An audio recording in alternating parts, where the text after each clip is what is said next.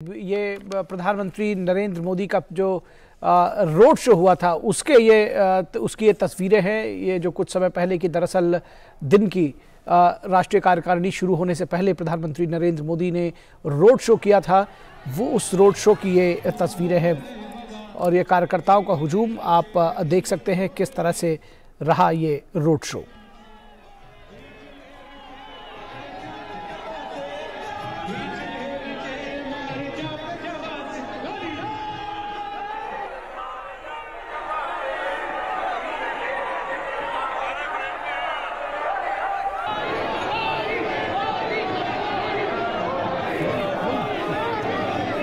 तो ये उत्साहित लोगों को आप देख सकते हैं, इसमें आम लोग भी हैं, बीजेपी के कार्यकर्ता भी हैं। मोदी के शोर से गुंजायमान है पूरा इलाका। और प्रधानमंत्री नरेंद्र मोदी ने पटेल चौक से संसद मार्ग तक का ये रोड शो किया, दरअसल एनडीएमसी कन्वेंशन सेंटर तक। और बड़ी संख्या में सड़क के किनारे दोनों ओर लोग बड़ी संख्या में खड़े रहे, हाथ में तिरंगा झंडा लेकर के, और फूल बरसाते प्रधानमंत्री नरेंद्र मोदी के उस काफिले पर। और प्रधानमंत्री ने भी उसी तरह से रिस्पॉन्ड दिया है और वो भी कार से बाहर निकलकर उन्होंने सभी का अभिवादन स्वीकार किया, हाथ हिलाया। और प्रधानमंत्री को अपने बीच में पाकर बेहद उत्साहित, बेहद प्रसन्न जो आम लोग रहे, बीजेपी के कार्यकर्ता रहे, क्या महिलाएं, क्या बच्चे, क्या पुरुष, क्या स्त्री, बुजुर्ग, सभी इसमें शामिल रहे। बड़ी संख्या में लोग जुटे और ढोल नगाड़ों की थाप के साथ कलाकारों ने पीएम का स्वागत किया। ये देखिए किस तरह से फूल लगातार बरसाए जा रहे हैं प्रधानमंत्री नरेंद्र मोदी के ऊपर। और प्रधानमंत्री भी उनका उसी तरह से, उसी स्वर में एक तरह से कहा जाए तो उन्होंने रिस्पॉन्ड किया, बाहर निकलकर हाथ हिलाते हुए, सभी का अभिवादन स्वीकार करते हुए प्रधानमंत्री नरेंद्र मोदी। बड़े बड़े कटआउट्स के साथ में, बीजेपी के झंडों के साथ में, बैनर के साथ में बीजेपी के कार्यकर्ता भी जुटे इसमें।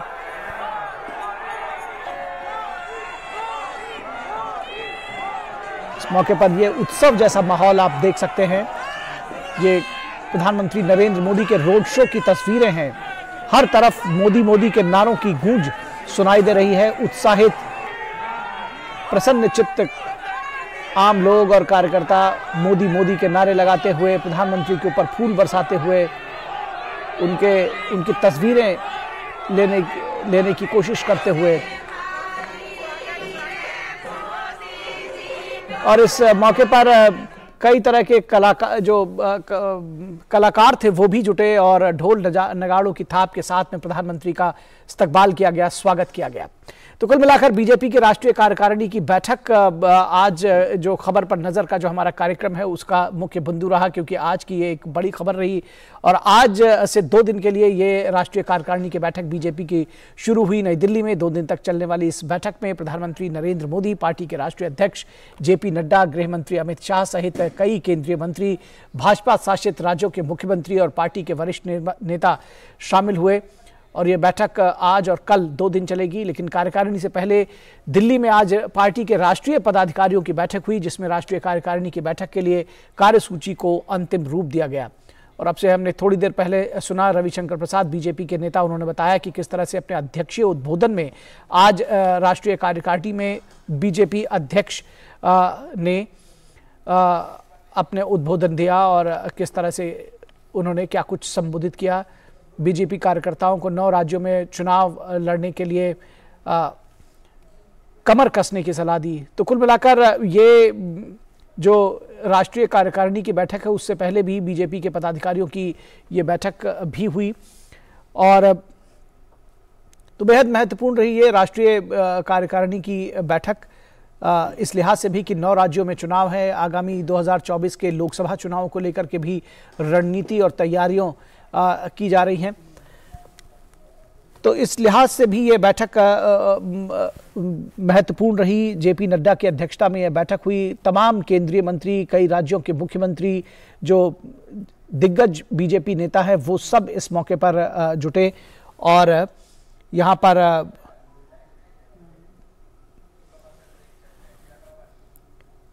और कार्यकारिणी से पहले आज राष्ट्रीय पदाधिकारियों की भी बैठक हुई जिसमें एजेंडा तय किया गया। तो इससे थोड़ी देर पहले आपने देखा कि रविशंकर प्रसाद जो कि बीजेपी के नेता, उन्होंने बताया कि राष्ट्रीय कार्यकारिणी की बैठक में क्या कुछ कहा। जो बीजेपी के राष्ट्रीय अध्यक्ष है जेपी नड्डा, उन्होंने अपने उद्बोधन में और उन्होंने साफ तौर पर जो 9 राज्य हैं उनमें फिर से उन्होंने कहा कि वहां सभी राज्यों में जीत दर्ज करने के लिए जो राष्ट्रीय कार्यकारिणी के लोग हैं, जो कार्यकर्ता हैं, वो सब अपना कमर कस ले। फिलहाल यहां रुकेंगे एक छोटे से ब्रेक के लिए। ब्रेक के बाद जब वापस लौटेंगे तो भी इस खबर पर चर्चा आगे जारी रहेगी।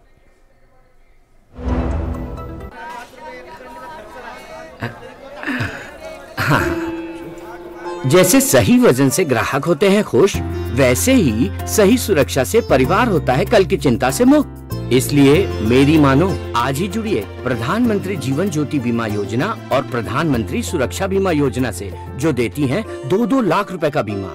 दिखाइए समझदारी, निभाइए जिम्मेदारी। आज ही अपनी नजदीकी बैंक शाखा या डाकघर जाकर इन योजनाओं से जुड़ें। ब्रेक के बाद एक बार फिर आप सभी का स्वागत है। और राष्ट्रीय कार्यकारिणी की बैठक से पहले प्रधानमंत्री नरेंद्र मोदी ने पटेल चौक से संसद मार्ग तक रोड शो किया। उसकी तस्वीरें हमने आपको दिखाई और एक बार फिर से आपको ये तस्वीरें दिखा रहे हैं। बड़ी संख्या में सड़क के दोनों किनारों पर खड़े लोगों ने पीएम मोदी का जोरदार अंदाज में स्वागत किया। ढोल नगाड़ों की थाप के साथ कलाकारों ने पीएम का स्वागत किया। पूरा मार्ग अलग अलग तरह की झांकियों से सजाया गया था। प्रधानमंत्री के स्वागत के लिए अलग अलग झांकियां लगाई गई थी। इस मौके पर उत्सव जैसा माहौल दिखा। हर तरफ मोदी मोदी के नारों की गूंज सुनाई दे रही थी और प्रधानमंत्री ने भी उसी तरह से लोगों के स्वागत का और लोगों के अभिवादन का रिस्पॉन्ड किया। उन्होंने भी हाथ हिलाकर लोगों का अभिवादन स्वीकार किया। लोगों को प्रसन्नचित्त मुद्दा में दिखे प्रधानमंत्री नरेंद्र मोदी। लोगों की ऊर्जा से वो भी ऊर्जास्वित दिखे और उन्होंने भी लोगों का अभिवादन स्वीकार किया। तो बेहद महत्वपूर्ण रहा प्रधानमंत्री का ये रोड शो भी और उसके बाद जो राष्ट्रीय कार्यकारिणी की बैठक है वो भी बेहद महत्वपूर्ण है। 2 दिन तक चलेगी राष्ट्रीय कार्यकारिणी की बैठक। और इससे पहले प्रधानमंत्री नरेंद्र मोदी ने ये नई दिल्ली में रोड शो किया, जहां पर बड़ी संख्या में लोगों ने उनका जबरदस्त अंदाज में स्वागत किया। सड़क के किनारे खड़े दोनों तरफ लोगों ने फूल बरसाए। उनके ऊपर मोदी मोदी के नारों से जो पूरा इलाका था वो गूंज उठा। ये भी तो पढ़ लें। अरे ये भी वही खबर।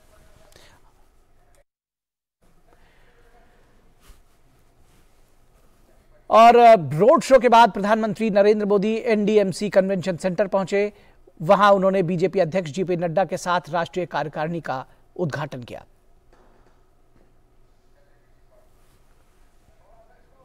तो 2 दिवसीय राष्ट्रीय कार्यकारिणी का उद्घाटन किया प्रधानमंत्री नरेंद्र मोदी ने बीजेपी अध्यक्ष जेपी नड्डा के साथ और तमाम मुद्दों पर इस पर चर्चा की गई। बीजेपी के दिग्गज नेता, तमाम केंद्रीय मंत्री इसमें जुटे। जो बीजेपी के जो भी थिंक टैंक हैं वो सब इसमें मौजूद रहे। बोलिए भारत माता की। जो भी बड़े नाम आपके जहन में आते हैं बीजेपी से जुड़े हुए वो सब यहाँ पर जुटे। प्रधानमंत्री नरेंद्र मोदी की अगुवाई में, राष्ट्रीय अध्यक्ष जेपी नड्डा की मौजूदगी में। और इस पूरी खबर पर बातचीत करने के लिए हमारे साथ हमारे संवाददाता शैलेंद्र मिश्रा मौजूद हैं, जिन्होंने इस खबर को फॉलो किया और ये हम तक ये बहुत सारी जो तस्वीरें हैं जो हम देख रहे हैं वो उन्होंने पहुंचाई। अभी हमने रविशंकर प्रसाद को सुना, उन्होंने बताया कि किस तरह से जेपी नड्डा ने कार्यकर्ताओं का आह्वान किया, कार्यकारिणी का दरअसल आह्वान किया कि वो 9 राज्यों में जो चुनाव होने वाले हैं उसके लिए कमर कस लें। क्या कुछ खास बातें रही? किस तरह से देख रहे हैं आप पहले दिन का जो अध्यक्षीय उद्बोधन रहा है जेपी नड्डा का? निखिल, सबसे महत्वपूर्ण बीजेपी के राष्ट्रीय अध्यक्ष जेपी नड्डा के उद्बोधन में इस बात रही कि जो 9 राज्यों में 2023 में चुनाव होने हैं उसमें किसी भी राज्य में बीजेपी एक्चुअली ये कोशिश करे कि वहां पर कोई हार ना हो, यानी सभी के सभी 9 राज्यों में जीत हासिल हो।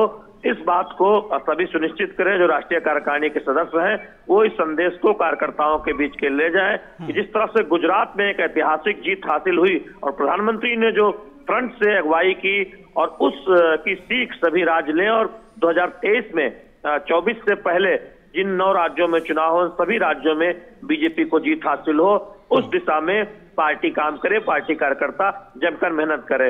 इस बात को बताया गया कि जो कमजोर बूथ थे, जिनकी पहचान की गई थी, 72,000 ऐसे बूथ थे, लोकसभा में 100 बूथ और विधानसभा वार 25 बूथ, उन बूथों में 1,30,000 बूथ की पहचान की गई है, जहां और मेहनत किए जाने की जरूरत है, पार्टी को मजबूत किए जाने की जरूरत है। तो निश्चित तौर पर बीजेपी बूथ स्तर पर ऐसे बूथ पर फोकस कर रही है जहां पर तुलनात्मक तौर पर पार्टी को लगता है कि पार्टी उतनी मजबूत स्थिति में नहीं है।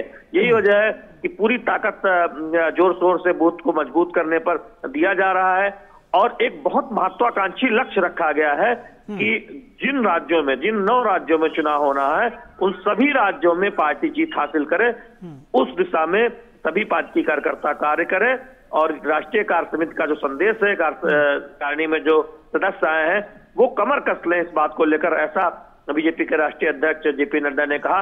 यानी संदेश साफ है कि चुनाव दर चुनाव सफलता हासिल करनी है, जीत हासिल करनी है और गुजरात की जीत एक सीख देती है कि सतत सफलता हासिल की जा सकती है और निश्चित तौर पर उसका जिक्र अध्यक्षीय उद्बोधन में बीजेपी के राष्ट्रीय अध्यक्ष जेपी नड्डा ने किया। तो बहुत संदेश साफ है, बीजेपी बहुत जोर देने वाली है चुनाव वाले राज्यों में और यही वजह है कि कोई कोर कसर न छोड़ी जाए वहां पर जीत हासिल करने के लिए। कार्यकर्ताओं की मेहनत से संदेश देने में, जन कल्याणकारी योजनाओं को जनता तक ले जाने में, जिन राज्यों में बीजेपी सत्ता में नहीं है, तेलंगाना जैसे राज्य या छत्तीसगढ़ जैसे राज्य, वहां राज्य सरकार की विफलताओं को सामने उजागर करने में, जनता को बताने में कि कैसे बीजेपी शासित राज्यों में बेहतर काम हो रहा है। तो निश्चित तौर पर हम देखेंगे कि 2023 में तमाम कार्यक्रमों की रचना होगी, पार्टी संगठन को और सक्रिय किया जाएगा और लक्ष्य सामने है कि 23 में 9 राज्यों में जीत हासिल की जाए, जहां पर विधानसभा चुनाव होने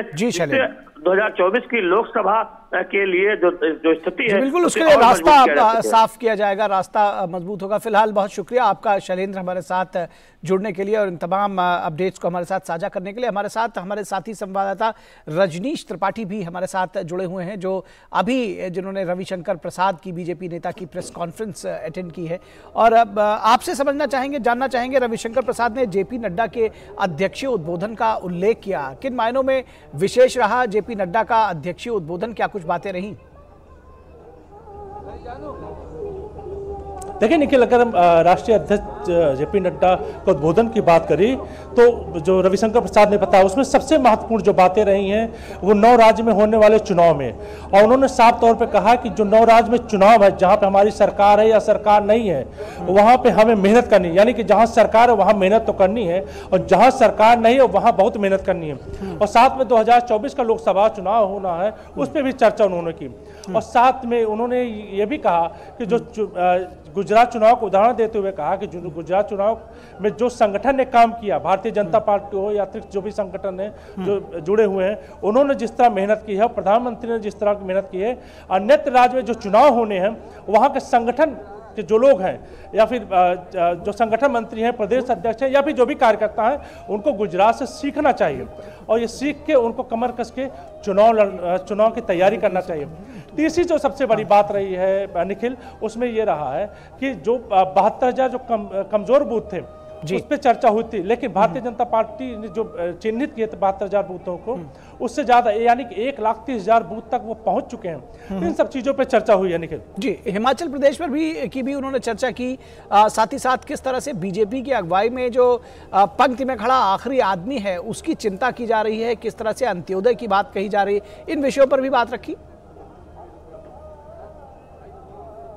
जी बिल्कुल, ये जैसे प्रेस कॉन्फ्रेंस में रविशंकर प्रसाद ने कहा कि अध्यक्ष ने कहा कि जो अंतिम पंक्ति व्यक्ति खड़ा हुआ है देश का, और प्रधानमंत्री भी इस पर ही चर्चा करते रहे हमेशा कि जो व्यक्ति सबसे कमजोर तबके का, उस पर कैसे नजर रखा जाए, उनको कैसे मजबूत किया जाए, तो उसका भी उदाहरण दिया। और साथ में उन्होंने जो वैक्सीन की बात की कि सरकार ने कोविड काल में किस तरह जनता के साथ खड़ी रही और 9 महीने के अंदर 2 वैक्सीन तैयार करके लोगों को लगवाई। इन सब चीज़ों पर काफ़ी चर्चा हुई, लेकिन साथ में जो सबसे बड़ी चर्चा वाली बात हुई है, उन्होंने हेरिटेज जो हमारी ऐतिहासिक धरोहर उन पर चर्चा की है, उनको कैसे मजबूत किया जाए। जैसे जो राष्ट्रीय कार्यकारिणी 2 दिन की हो रही है निखिल, उसमें अगर हम पोस्टर की बात करें तो भारतीय जनता पार्टी यानी कि केंद्र सरकार ने जिन जिन क्षेत्रों में काम किया है, वो चाहे मेक इन इंडिया के क्षेत्र को देखा जाए या सांस्कृतिक आध्यात्मिक क्षेत्र देखा जाए, दोनों पे जो काम किया है केंद्र सरकार ने, उसको पोस्टर के जरिए दिखाने का प्रयास किया गया और समझाने का प्रयास किया निखिल। जी जी जी, निश्चित तौर पर एक बात और उद्बोधन में जो सामने निकल कर आई कि जिस तरह से भारत के बढ़ते कदम हैं दुनिया भर में, उसकी भी चर्चा की, चाहे वो मोबाइल प्रोडक्शन की बात हो या फिर आर्थिक जगत पे हम 5वीं बड़ी अर्थव्यवस्था बन गए हैं, तो इन सारे विषयों पर भी चर्चा की। इनके जरिए भी राष्ट्रीय कार्यकारिणी में जो है कहीं ना कहीं जोश भरने की कोशिश की कि प्रधानमंत्री नरेंद्र मोदी की अगुवाई में लगातार भारत के जो कदम हैं वो आगे बढ़ रहे हैं। जी बिल्कुल, जो चर्चा हुई है उसमें साफ तौर पे कहा गया कि प्रधानमंत्री का जो काम है वो चाहे भारत हो या भारत के बाहर देशों में काम हो, डंका लगातार भारत का बज रहा है, केंद्र सरकार का बज रहा है, प्रधानमंत्री मोदी का। उन्होंने साफ तौर पे कहा कि जो यूक्रेन का युद्ध हो रहा है, जब प्रधानमंत्री ने साफ तौर पे दोनों देशों से बात की, एक दिन का लिए युद्ध रोका गया और जो भारतीय बच्चों को निकाला गया उस पर भी चर्चा हुई। तो जाहिर बात है कि प्रधानमंत्री का जो कद है और प्रधानमंत्री जिस तरह कार्य कर रहे हैं, चाहे वो देश हो या लोग, जैसे प्रधानमंत्री विश्व को जोड़ने की भी बात करते हैं, उस पर भी चर्चा हुई है निखिल। जी, निश्चित तौर पर आपने जो कहा कि प्रधानमंत्री का जो कद है और जो प्रधानमंत्री जिस तरह से कार्य करते हैं वो, और वही उनकी लोकप्रियता की वजह भी है। रजनीश, हम आपको धन्यवाद करेंगे, लेकिन साथ ही साथ अपने दर्शकों को एक बार फिर से दिखाते हैं वो तस्वीरें जो प्रधानमंत्री नरेंद्र मोदी के रोड शो के दौरान इस राष्ट्रीय कार्यकारिणी से पहले जो प्रधानमंत्री ने रोड शो किया था, वो किस तरह से आम लोग से लेकर के, चाहे वो बीजेपी के कार्यकर्ता रहे हों, आम लोग रहे हों, जो तमाम आम जन थे, वो भी उमड़ पड़े यहाँ प्रधानमंत्री नरेंद्र मोदी को देखकर। उनके जो चेहरे के भाव हैं, जो उल्लास है, उसको देखकर समझा जा सकता है कि किस तरह से ये प्रफुल्लित है, प्रसन्नचित्त है, उत्साहित है, आनंदित है प्रधानमंत्री को अपने बीच में पाकर।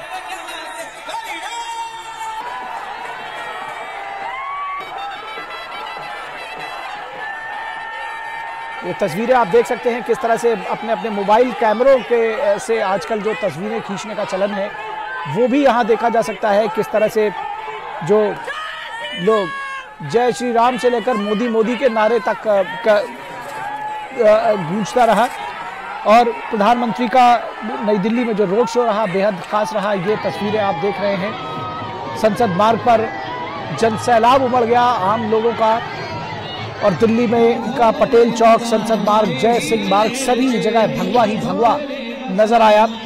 लोगों के हाथों में तिरंगा और भाजपा के झंडे लिए हुए लोग नजर आए। उत्सव जैसा माहौल था, लोग प्रसन्नचित्त थे, उत्साहित थे, आनंदित थे, और हर जगह मोदी मोदी की गूंज। ये जो तस्वीरें हैं ये बताने के लिए अपने आप में काफ़ी हैं। प्रधानमंत्री नरेंद्र मोदी पर फूल बरसाते हुए लोग, उनको उनकी तस्वीरें खींचते हुए, इस पल के गवाह बने लोग इस पल को सजो लेना चाहते थे। एक पल लगा कि जैसे फूलों की बारिश हो रही है, इस तरह से लोग लगातार एक के बाद एक जब फूल बरसाने लगे तो लगा कि चारों तरफ से केवल पुष्प वर्षा हो रही है प्रधानमंत्री के ऊपर। पटेल चौक से प्रधानमंत्री का काफिला भाजपा के राष्ट्रीय कार्यकारिणी में शिरकत करने के लिए जय सिंह मार्ग स्थित NDMC कन्वेंशन सेंटर के लिए निकला। रास्ते में लोगों ने प्रधानमंत्री का जबरदस्त तरीके से स्वागत किया है। ये वही तस्वीरें हम आपको दिखा रहे हैं। सड़क के दोनों ओर कई मंचों पर भारतीय संस्कृति की झलक भी दिखाई दी, और सांस्कृतिक कार्यक्रम प्रस्तुत करते हुए कलाकार दिखाई दिए। साथ ही साथ ढोल नगाड़े, बाजे गाजे, ढोल ताशे के साथ प्रधानमंत्री का स्वागत किया। देखिए किस तरह से उत्साहित महिलाएं और खासतौर पर जो युवा हैं वो बेहद उत्साहित हैं, और मोदी मोदी के नारे से पूरा इलाका गूंज उठा। तकरीबन 1 किलोमीटर लंबे इस रोड शो में पूरा माहौल जश्न में डूबा हुआ नजर आया। प्रधानमंत्री भी इस दौरान अपने चिर परिचित अंदाज में लोगों के अभिवादन को स्वीकार करते रहे, और प्रधानमंत्री की तस्वीरें बनाकर लोग आए थे। प्रधानमंत्री का ये चिर परिचित अंदाज लोगों का अभिवादन स्वीकार करते रहे, मुस्कुराते रहे, प्रसन्नता व्यक्त करते रहे, और जिस तरह से लोगों का उत्साह जो है उनके अंदर भी ऊर्जा भर रहा था। करीब करीब 15 मिनट तक ये रोड शो चला, और उसके बाद प्रधानमंत्री NDMC कन्वेंशन सेंटर पहुंचे। भाजपा के राष्ट्रीय अध्यक्ष जेपी नड्डा ने प्रधानमंत्री की अगवानी की थी वहां पर।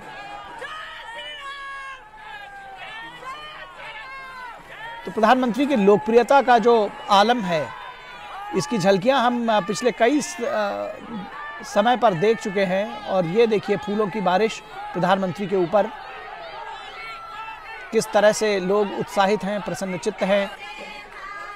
और ये हम जिन कलाकारों की बात कर रहे थे, किस तरह से प्रधानमंत्री का स्वागत करने के लिए जगह जगह पर जो मंच सजाए गए थे, ये जो अभी आपने तस्वीरें देखी थी वो G20 के बैकग्राउंड में दरअसल उसको वो वहाँ पर कलाकार खड़े हुए थे। NDMC कन्वेंशन सेंटर से ठीक पहले जो महिला कलाकार थी उन्होंने प्रधानमंत्री का स्वागत किया। और इसी तरह से तमाम जगहों पर सांस्कृतिक उत्सव और सांस्कृतिक मंच जो है वो सजे रहे, जहाँ पर ढोल तमाशे के साथ, ढोल गाजे बाजे के साथ में प्रधानमंत्री का स्वागत किया गया।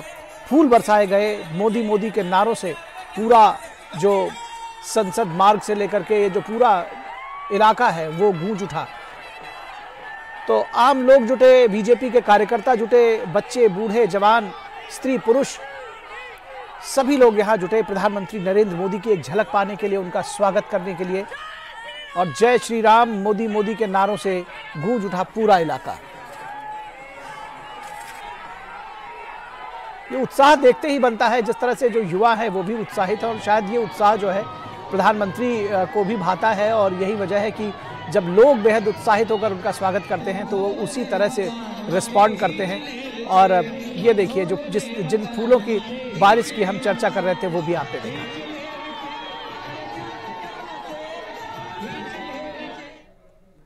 तो खबर पर नजर के आज के इस अंक में बस इतना ही। हमारी पूरी टीम को दीजिए इजाजत। नमस्कार।